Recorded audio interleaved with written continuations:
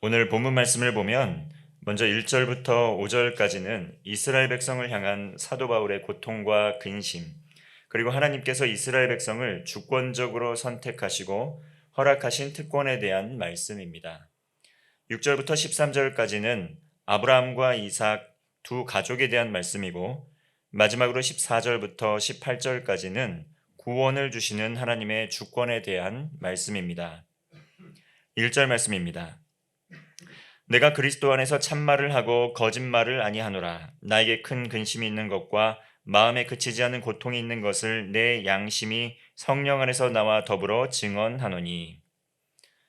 1절에서 사도 바울은 자신이 그리스도 안에서 참말을 하고 거짓말을 하는 것이 아니라고 말하고 있습니다. 사도 바울은 그리스도 안에서 삶이 변화되었습니다. 다시 말하면 그리스도를 통해 복음을 듣고 믿음으로 삶이 변화되었습니다. 사도 바울은 그리스도인을 핍박하기 위해서 다메섹으로 가는 도상에서 부활하신 예수님을 만났습니다. 그리고 변화되어서 이전과는 전혀 다른 삶을 살아갔습니다. 십자가에서 죽으시고 부활하신 하나님의 아들 예수 그리스도만 증거하는 증인으로 살았습니다. 바울은 유대인을 만나고 복음을 전하는 과정에서 몹시 큰 근심과 고통을 느꼈습니다. 유대인들이 예수님을 만나고 거듭나기 이전의 자신처럼 복음을 거부하고 대적했기 때문입니다. 여기서 사도 바울이 말한 고통의 원래 의미를 원어로 한번 살펴보면 육체적이고 정신적인 고통을 의미합니다. 우리가 불쌍한 이들을 만나게 될 때 마음에 동요가 일어나고 또 때로는 눈물이 흐르기도 합니다. 때로는 가슴이 찢어지는 것 같은 애끓는 고통을 느끼기도 하는데, 유대인을 바라보는 바울의 마음이 그러했다는 것입니다. 로마서 1장에서 사도 바울은 자신의 정체성을 밝혔습니다. 사도 바울은 이방인의 사도였습니다. 그러나 복음을 거부하는 그 유대인을 바라보면서 사도 바울은 고통스러운 마음을 가졌습니다. 3절 말씀을 보면 사도 바울의 그 애끓는 마음을 느낄 수가 있습니다. 나의 형제, 곧 고륙의 친척을 위하여 내 자신이 저주를 받아 그리스도에게서 끊어질지라도 원하는 바로라. 바울은 그의 애끓는 마음 때문에 형제이자 육신의 친척인 유대인들을 위해서 자신이 저주를 받아 그리스도에게서 끊어질지라도 복음을 믿고 구원받았으면 좋겠다는 그 마음을 표현하고 있습니다. 이처럼 잃어버린 한 영혼을 향한 긍휼의 마음은 사도 바울과 같이 변화되어서 성령님과 동행하는 사람들에게 나타나는 특징입니다. 복음서에 있는 양과 목자의 비유에서 잃어버린 한 마리의 양을 찾아 헤매는 목자의 긍휼과 사랑을 잘 표현하고 있습니다. 유의해야 할 것은 무엇이냐면 가지고 있는 99마리의 양이 중요하지 않다는 말이 아닙니다. 100마리의 양 모두 목자가 아끼고 사랑하는 양떼라는 말이죠. 바울 역시 이방인뿐만 아니라 유대인들을 향한 긍휼과 사랑의 마음이 있었습니다. 바울은 아직도 간절한 마음으로 복음을 전했지만 복음을 거부하고 진리 안에 거하지 못하는 이 유대인들을 보면서 지난날의 자신의 모습을 발견한 것 같습니다.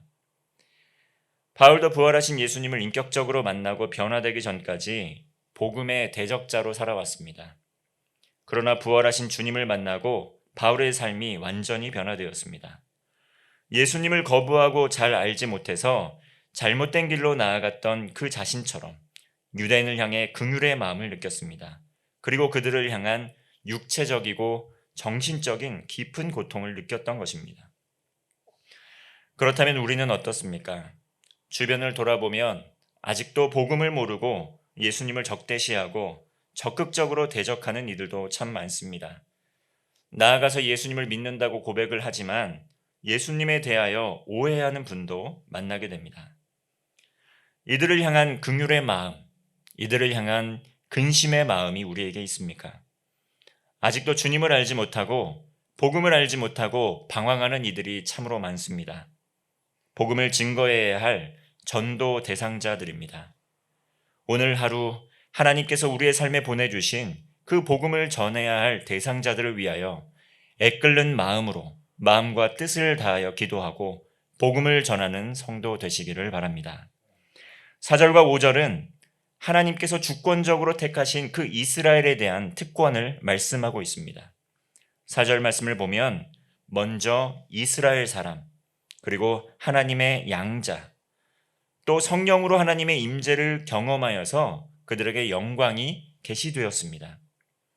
예수 그리스도의 언약과의 관계로 들어갈 수 있게 되었고, 율법의 말씀도 주었고, 또 성령의 조명으로 깨닫게 되었습니다.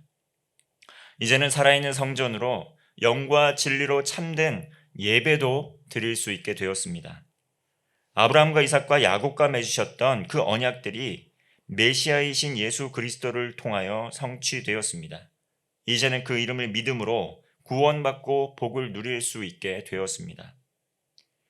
5절 말씀을 보면 조상도 공유하게 되었습니다. 아브라함과 이삭과 야곱, 유다의 계보에서 예수 그리스도께서 나셨습니다. 그러므로 예수님을 믿음으로 하나님의 양자가 된 이들 모두 아브라함처럼 믿음으로 하나님의 자녀가 된 것입니다. 6절과 7절 말씀에서 사도 바울은 이 사실을 거듭 강조하고 있습니다. 6절 말씀입니다. 그러나 하나님의 말씀이 폐하여진 것 같지 않도다. 이스라엘에게서 난 그들이 다 이스라엘이 아니오. 유대인들은 계속해서 혈통적으로 아브라함의 자손인 것을 강조하면서 그것을 자랑했습니다. 혈통적 이스라엘이 진정한 이스라엘이고 하나님과 특별한 교제를 누리며 복을 받을 수 있다고 말한 것입니다. 그러나 사도 바울은 진정한 이스라엘은 육신으로 택하신 것이 아니고 믿음으로, 믿음을 기초로 택하셨다는 것을 거듭 강조해서 말하고 있습니다. 7절 말씀입니다. 또한 아브라함의 씨가 다 그의 자녀가 아니라 오직 이삭으로부터 난 자라야 내 씨라 불리리라 하셨으니. 사도 바울은 창세기 21장 12절의 말씀을 근거로 해서 하나님께서 모든 아브라함의 씨를 자녀로 부르신 것이 아니고 오직 이삭에게서 난 자라야 씨로 불릴 것이라고 말씀하고 있습니다. 하나님께서는 아브라함과 언약을 맺으시고 아브라함의 믿음을 통해 이삭이 태어났습니다. 이삭은 하나님께서 아브라함에게 주신 약속의 자녀라는 것이죠. 그러므로 8절과 같이 고백을 합니다. 곧 육신의 자녀가 하나님의 자녀가 아니요 오직 약속의 자녀가 씨로 여기심을 받느니라.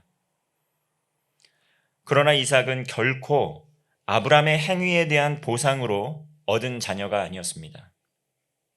11절 말씀입니다.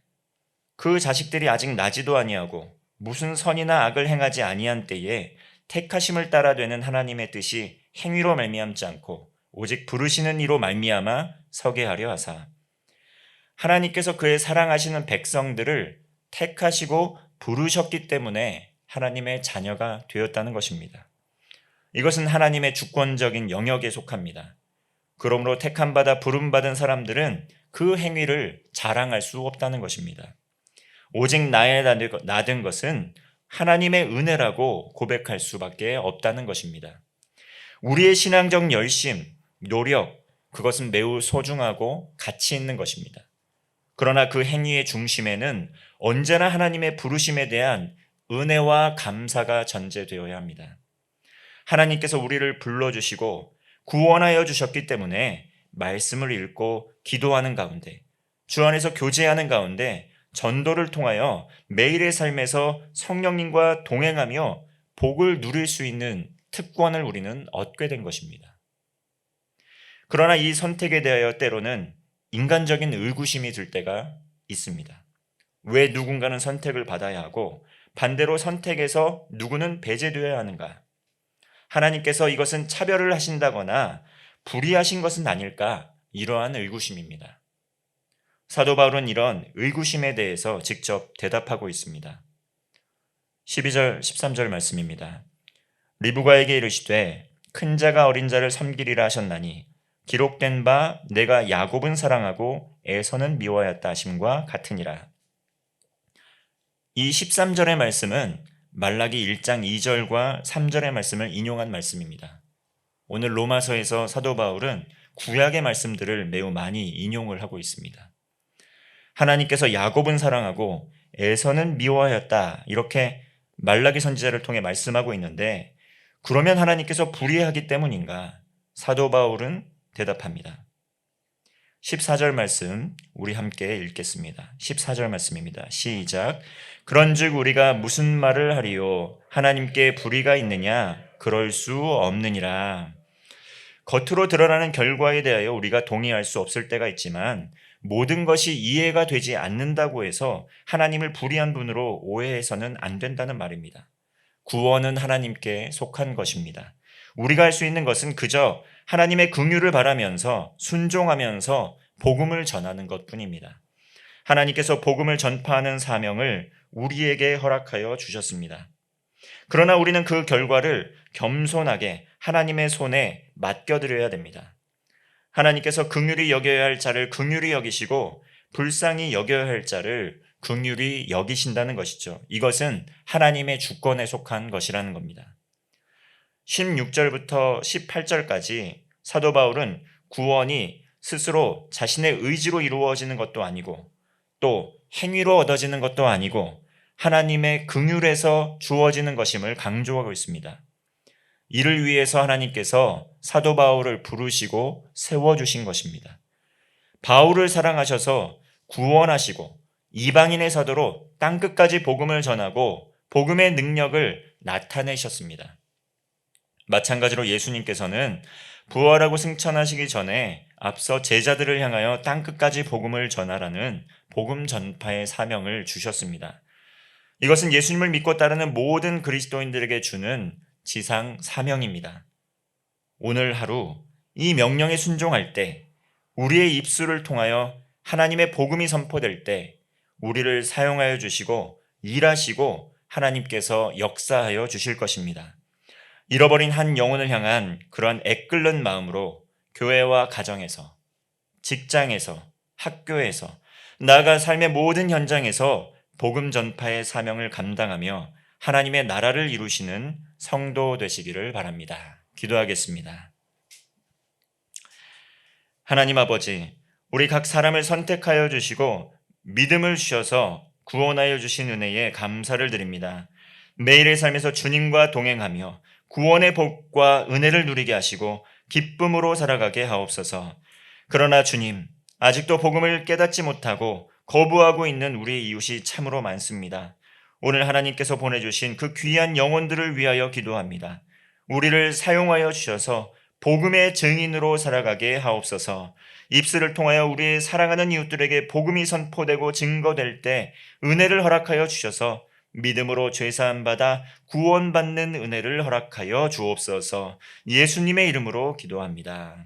아멘.